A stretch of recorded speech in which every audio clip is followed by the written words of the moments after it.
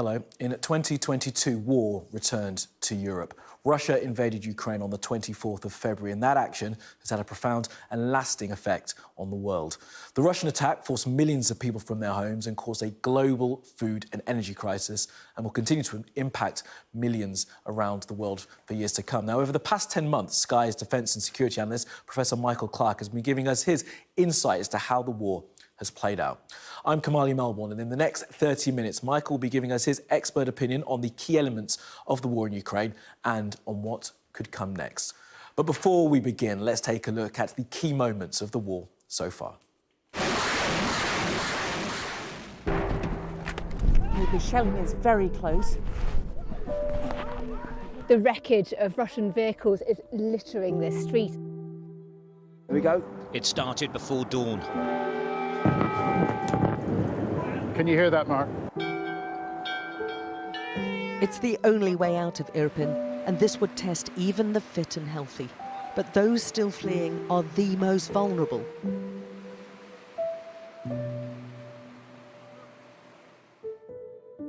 They are going west to safety. He will now head east to fight. There is going to be one almighty crush as people try to get on. Right, it's going up behind you now. Whatever fell from the sky made a crater this big. Alex Crawford from Sky News. Close the sky and stop bombing. Don't speak about the bureaucratic steps. You can see what's left of the missile here. The words on the side of that, Zadeti, it means for children. This is what it's like in Kharkiv every day. At first we were scared, really scared. But now we are ready to fight. Fight like hell. Precious monuments are now shrouded in sandbags. So through here, they're making the Molotov cocktails. Vladimir Putin thought that Russian forces would capture Kyiv within days. They failed. Instead, his forces are bogged down in a war that they're unwilling to leave and so far incapable of winning. They're very grateful to see something that they didn't think they would see for perhaps a long time, if ever at all.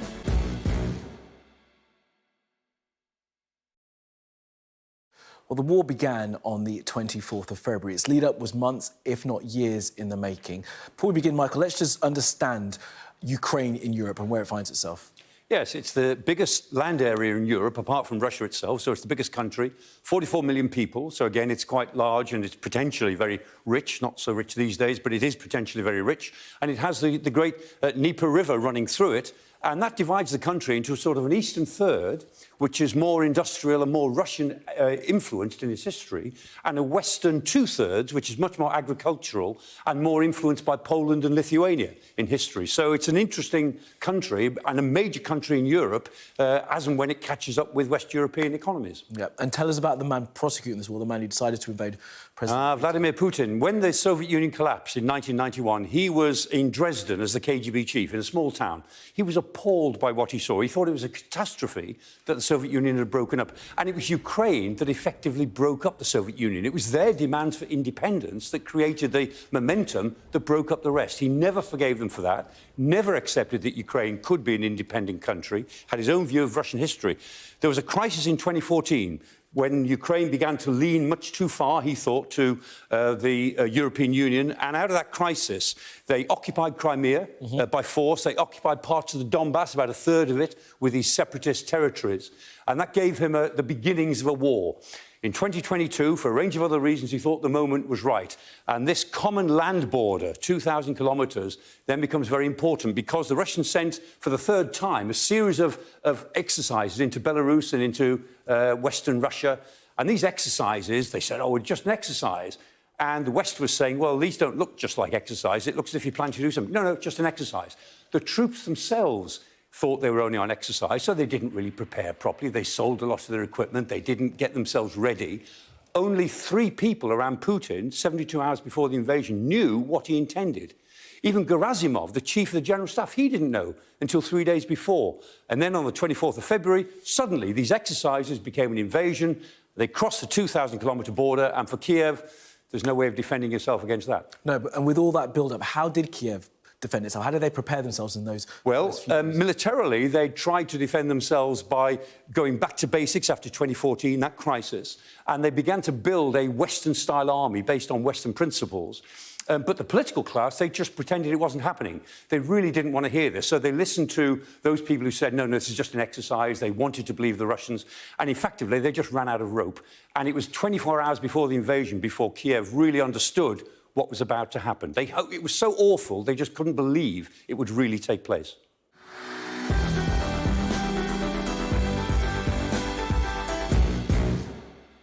So as the war broke out, Michael, let's examine where we are 6 days into the fighting. What was the situation? Yeah, after 6 days, all these red areas represented parts where the Russians were making progress. And they were clearly making progress in the south because they were coming from Crimea, where their lines of communication were much shorter and their forces were better. So they were doing as they would have expected to do here.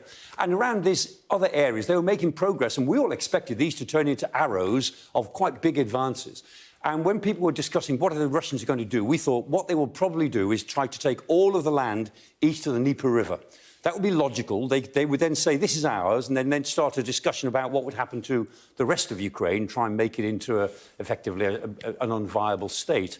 That seemed to be logical. We thought that this was getting off to a slightly slow start, but we fully expected this whole area east of the Dnieper to turn red within a matter of weeks. Right, let's focus in now on the capital, because, of course, to take the country, they would have wanted to take Kiev, and there was a key battle held just outside the Ukrainian capital in and around Hostomel Airport. Hostomel Airport. That was really critical. The Russians put their paratroopers into Hostomel Airport in the early hours. The job was get into Hostomel, go to Kiev, get hold of the government, kill Zelensky and anybody else around him, and then get more troops into Hostomel to take control of the capital. Once you're in control of the capital, 72 hours is what they expected, we'll then suppress any problems we have in Sumy and Chernihiv within a few weeks. The Russians felt that by about the 8th or 10th of March, it would all be over. And that was the idea. Their failure to take Hostomel, or to hold it, they took it, and then the Ukrainians got it back within hours. That failure cost them the rapid strategy that might otherwise have worked. And how many airborne troops did they manage to land at Hostomel? Well, it was a couple of battalions worth originally, and then they were going to flood troops into the place with air power and helicopters and so on. Once you've got an airfield, you can do all sorts of things with it. You can get thousands and thousands of troops and equipment in. But the fact that they didn't hold it meant that they were having to operate from long distances, and critically, Kiev just didn't give in. And the fact was, a lot of saboteurs in Kiev, a lot of Spetsnaz people who were designed actually to create trouble. There was an awful lot of rough justice, a lot of firing at night in the streets. We still don't know the story of all of that. I think it will emerge that a lot of people were killed out of hand as the Ukrainians actually suppressed these sabotage squads that were in place already. And these early days, Michael, people will remember that this was the moment where we saw that traffic jam on the way down into Kiev, coming out for the Pripyat marshes. Tell us about that and how significant that was. Yes, quite quickly, this big column came across the Pripyat marshes, and it was coming southwards. And we all thought, OK, this is the encirclement of Kiev. This will come south and encircle Kiev. Forces from Sumy, who were making quite good progress, they'll encircle from the east, and Kiev will be completely encircled, and then we'll see what happens. Will the Russians dare to bombard it, this great city founded in 482? Would they really bombard a city that ancient, much older than Moscow, or will they just squeeze it? We didn't know. The fact is they didn't get close to surrounding it because the convoy stopped of its own volition, ran out of fuel, ran out of ammunition. Its tyres were all shredded because they were cheap Chinese tyres, and the Ukrainians attacked it in all the right ways. They attacked its logistics, they attacked all the things that they needed, and so the convoy eventually simply had to withdraw. It was a huge embarrassment. The Russians tried to pretend it was all intended, but of course it wasn't. It was a defeat. And this was only 6 days in. What were experts like you thinking when you saw that the Spetsnaz landed at Hostomel, this convoy hadn't moved? What did experts think about the way Russia was prosecuting this war? Yeah, we thought they were making hard work of it, but they would not fail, because a country like Russia doesn't fail in these sorts of things. They'll do it roughly, but they will do it. We couldn't believe that they'd make such a hash of it for so long.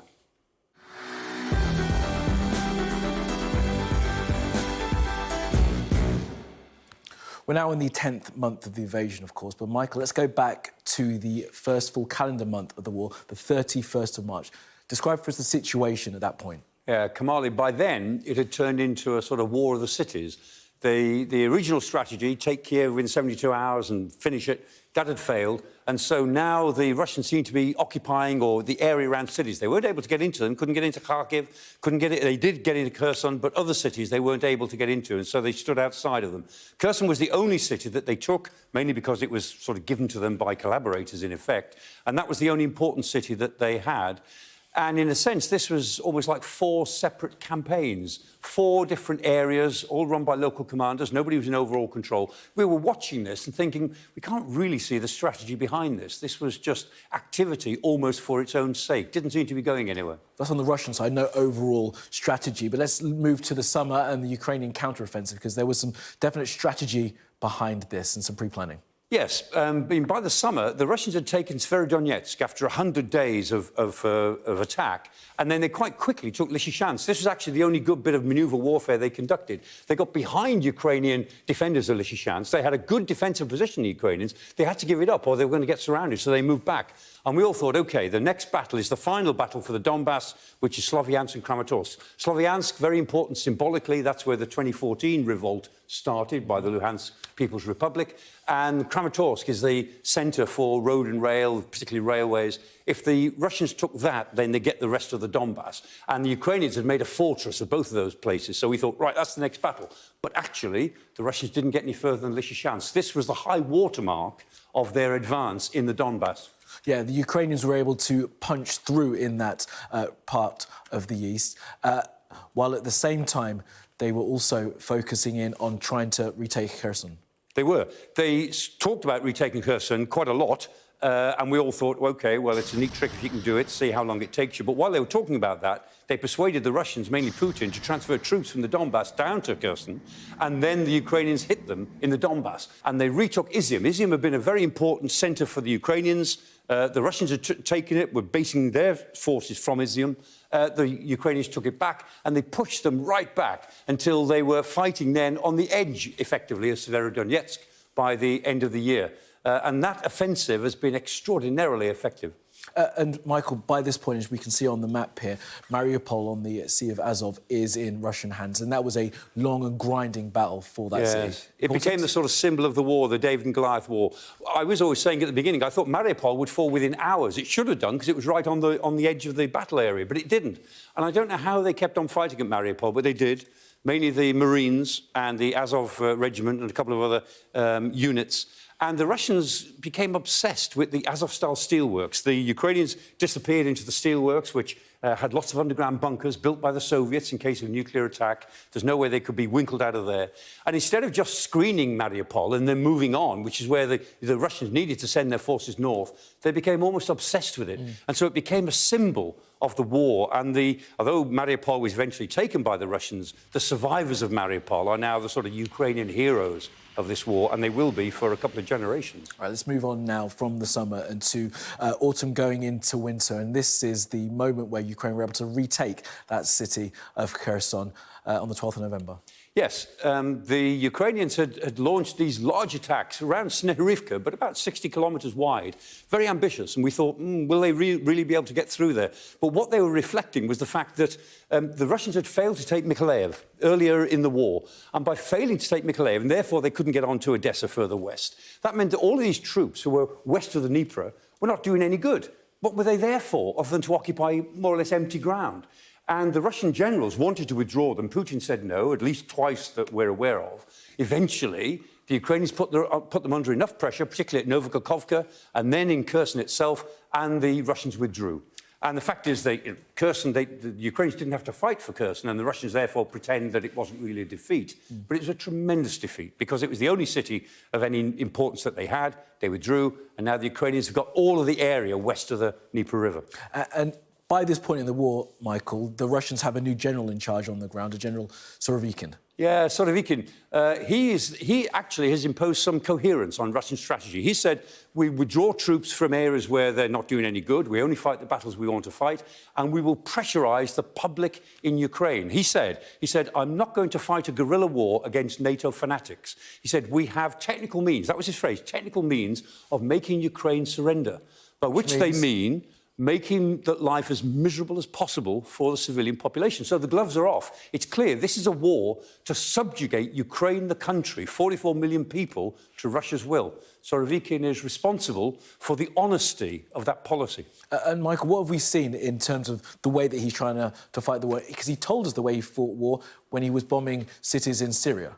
He's a man who just does what he thinks it takes. I mean, he's famous for bombing hospital facilities first, as a way of creating more civilian misery. He just thinks in terms of Russian soldiers. OK, Michael, for now, thank you very much for that. Now, coming up after the break, Michael and I will be discussing the ever-present threat of nuclear weapons being used. And we'll also look ahead to what may come next in the war in 2023.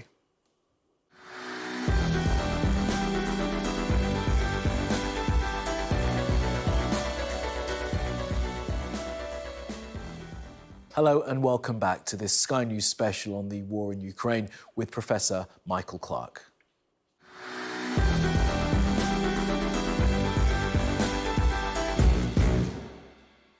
Now, one of President Putin's stated grievances before the war began was Western military encroachment on Russia.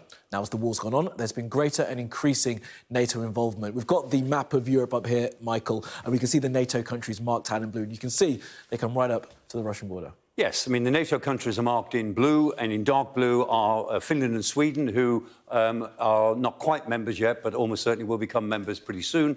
And what this represents is Putin's worst nightmare, because NATO has enlarged itself since 1949 9 times. Never tried to enlarge itself. It's always responding to demands. Everybody wants to join NATO. And 6 of those 9 enlargements has been while Putin has been in the Kremlin. So what he's seen is the old Europe that he was aware of when he was a KGB chief in Dresden had an iron curtain that ran across there. That was the border that he had to worry about. Now the border is around here, and that's 1,000 miles nearer to Moscow. That really worries him because he only sees security in territorial terms. And he also sees the sheer strength of Europe. I mean, even leaving aside the United States and Canada, Europe has a population 3.5 times bigger than Russia's. It has a GDP 12 times bigger than Russia's. And yet, because Russia is ruled by an angry, victimised autocrat who's very aggressive, we all have to be very careful how we handle him. And talk to us more broadly about the global response, because there has been global condemnation of the attack, but not from everyone. No, exactly. I mean, the United Nations met very soon after the invasion, and 141 states condemned Russia roundly in the General Assembly. But 40 states didn't, and those states included 36 who abstained and 5 who voted in favour of the Russian invasion. And those who didn't vote to condemn represent more than half of the world's population. So essentially, half the world's population are standing back to see what happens, and half the world's population are outraged by what has happened. And talk to us about the support that NATO and the West have provided to Ukraine through financing and, of course, through military means. Yes, I mean, the West has given Ukraine a lot of technical help, a lot of finance, about between $5 and $9 billion a month just to keep going, and a lot of weapons. Ultimately, the West is determined that Ukraine must not lose this war. The West isn't clear what will happen next, where this is leading us. But where it mustn't lead us, in the view of Western capitals, is to the defeat of Ukraine, to this naked aggression.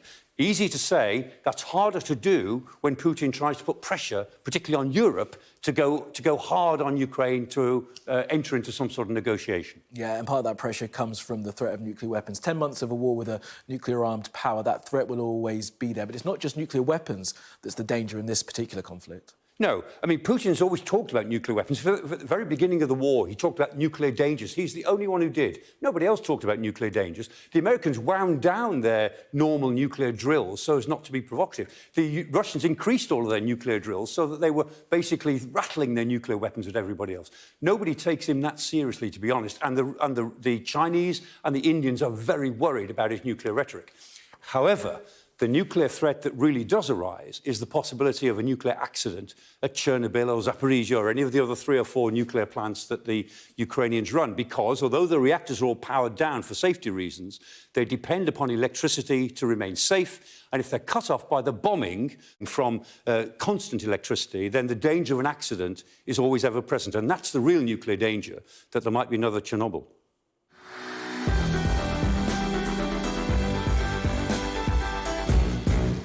So, Michael, talk to us about the ways this war could come to an end.